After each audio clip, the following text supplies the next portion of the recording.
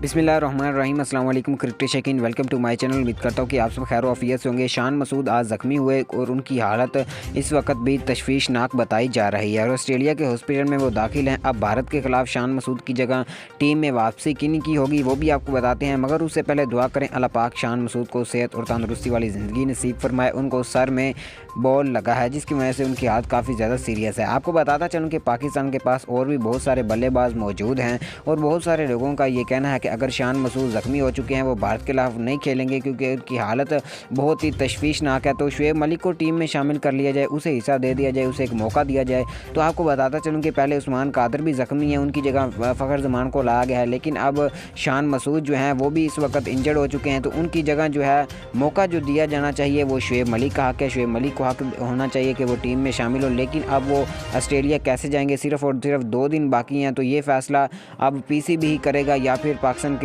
Cricket board करेगा या फिर बाबर आजम ही कर सकता है।